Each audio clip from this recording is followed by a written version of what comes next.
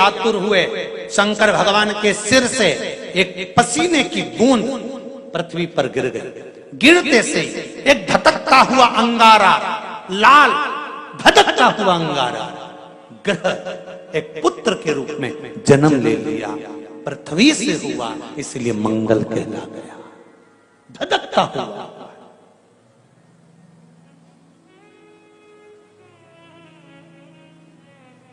पर अंधकासुर अभी नहीं मरा। अंधकासुर की मृत्यु अभी नहीं हुई है। हर हर महा अंधकासुर की मृत्यु अभी नहीं हुई। धधकता हुए अंगारे के रूप में मंगल ग्रह प्रकट हो गए, जन्म ले लिए।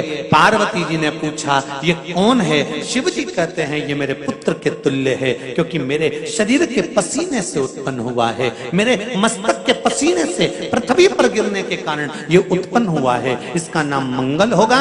ये ग्रह मंडल में रहेगा, देवताओं के रूप में पूजा जाएगा, पर मेरे क्रोध के कारण उत्पन्न हुआ है, इसलिए इसका ग्रह थोड़ा सा क्रूर होगा।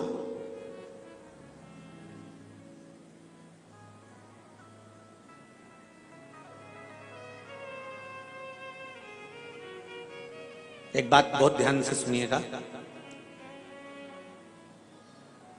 विवाह, शादी,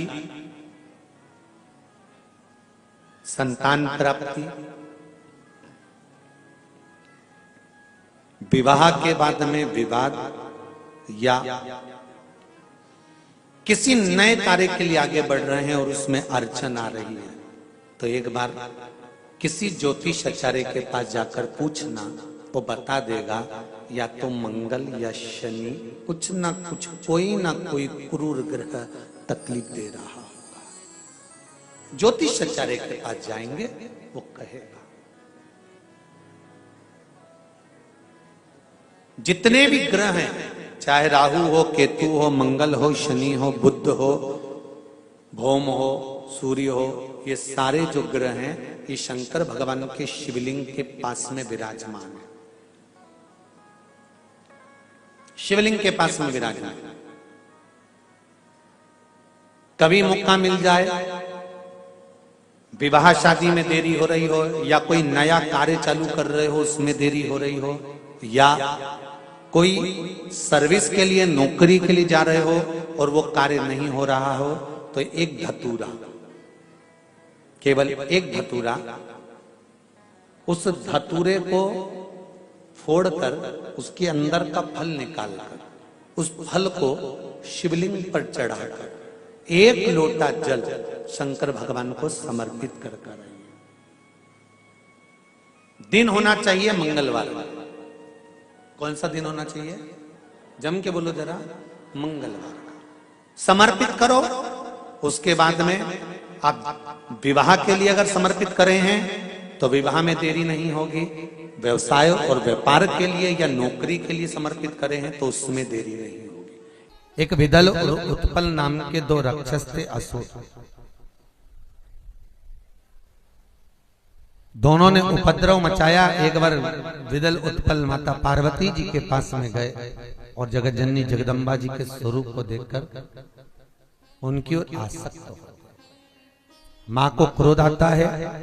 माता पार्वती ने गणेश जी के हाथ से कुंदुक लिया। कुंदुक जानते हो? गणेश जी के हाथ में एक शस्त्र होता है एस जैसा, वो कुंदुक कहलाता है।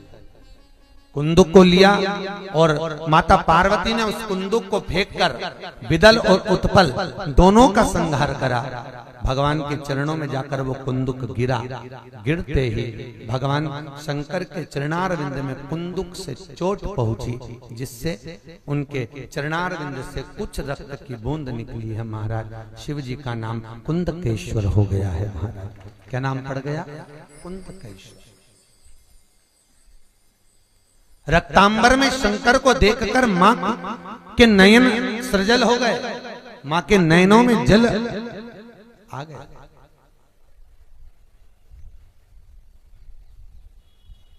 इसलिए माता पार्वती ने भगवान शंकर से वर मांगा, भोलेनाथ आज के बाद आपके शरीर पर रक्तांबर ना दे, रक्त ना दे। महाराज चंदन चढ़ेगा, अष्टगंध चढ़ेगा, हल्दी चढ़ेगा। अच्छा, कई लोग कहते हैं महाराज जी किसी किसी शास्त्र में हमने जैसे एक लाइन इसमें ही पढ़ लो, लिंगाष्टक इसमें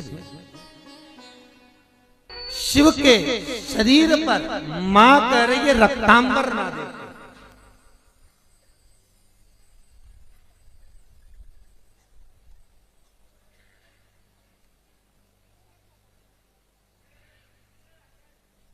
तो यहां कौमार खंड करा शिव महापुराण का कौमार खंड और कौमार खंड का 22वां अध्याय शिव महापुराण में वर्णन कर रहा कि पार्वती जी ने शंकर जी से यह मांगा कि मैं रक्तांबर न देखो। ठीक है, तो शंकर जी पर अष्टगंध चढ़ता है, चंदन चढ़ता है, अबीर चढ़ता है, गुलाल चढ़ता है, पर शिव पर रोली कुंकू नहीं चढ़ता। पर लिंगाष्टक के अंतर्गत कुमकुम चंदन लेपित लिंगम, या स्पष्ट किया कि कुंकू चंदन। तो महाराज जी फिर ये चरित्र का वर्णन, कुंकू तो यहां लिखा है कि कंकु चढ़े। तो बहुत ध्यान देना महाराज, शंकर भगवान के शिवलिंग पर आपको फिर निवेदन करूंगा, भगवान शंकर का ये शिवलिंग है। ठीक है, ध्यान देना, ये माता पार्वती का स्थान है। बीच में अशोक सुंदरी, राइट लेफ्ट भगवान के पुत्र, ऊपर 5 कन्या। पूरे शिवलिंग पर आप सब कुछ समर्पित करो, पर कुंकू जब भी शंकर को चढ़ाओगे तो जो पार्वती का स्थान है वहीं पर आप चढ़ाए, पार्वती का स्थान। क्योंकि माता जगतजननी जगदम्बा माता पार्वती ने शंकर से जो मांगा है आपके शरीर पर रक्तांबर ना दे। ठीक है, आपके शरीर पर रक्तांबर ना दे महाराज, क्योंकि कोई भी पत्नी अपने पति को कभी रक्त में सना हुआ नहीं देखना चाहती। जो बेटियां ससुराल में दुखी हैं, बहुत कष्ट में हैं, या आपस में सामंजस्य पति पत्नी का नहीं बन रहा है, या कोई विवादित वाली बात है, तो निवेदन है तलाक पर बात को लेकर मत जाना। एक बार बाबा देवादिदेव महादेव का एक भाव जरूर प्रकट करना। महाराज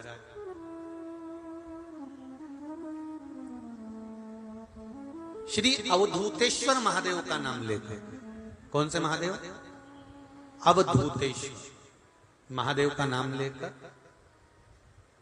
थोड़ी सी मूंग, हरी जो मूंग होती है, उस मूंग को गला लीजिए पानी में। गलाने के बाद में उस मूंग को शिव मंदिर में ले जाकर भगवान जो नंदीश्वर विराजमान होते हैं वहां रखकर 7 बेलपत्र उस मूंग पर चढ़ा दीजिए। चढ़ाकर बेलपत्र मेरे देवादिदेव महादेव को अवधूतेश्वर महादेव के नाम से समर्पित कर दीजिए। वो मूंग उठाकर गौशाला में या आपके रोड पर कोई नंदी दिख जाए या गौशाला में कोई नंदीश्वर हो तो उस नंदी को वो मूंग खिला दीजिए थोड़ी सी। 3 या 4 प्रदोष करोगे, तलाक तक बात नहीं पहुंचेगी, आपस में प्रेम बढ़ जाएगा, बेटी को सम्मान मिलना प्रारंभ हो जाएगा और टेंशन समाप्त हो, परिवार नहीं टूटेगा।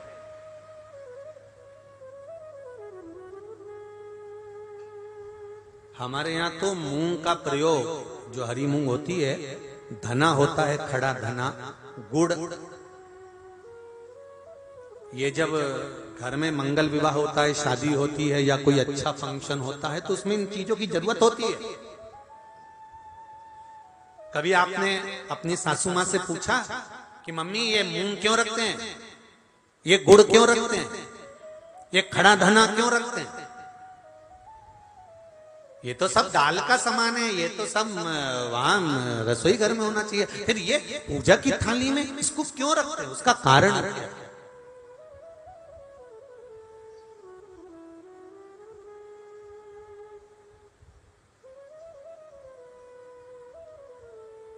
उसका कारण क्या है? कभी अपनी सासू मां से पूछना, तो सासू मां बताएगी कि जिस समय पर भगवान शिव, भगवान महेश और उमा का संबंध हुआ था,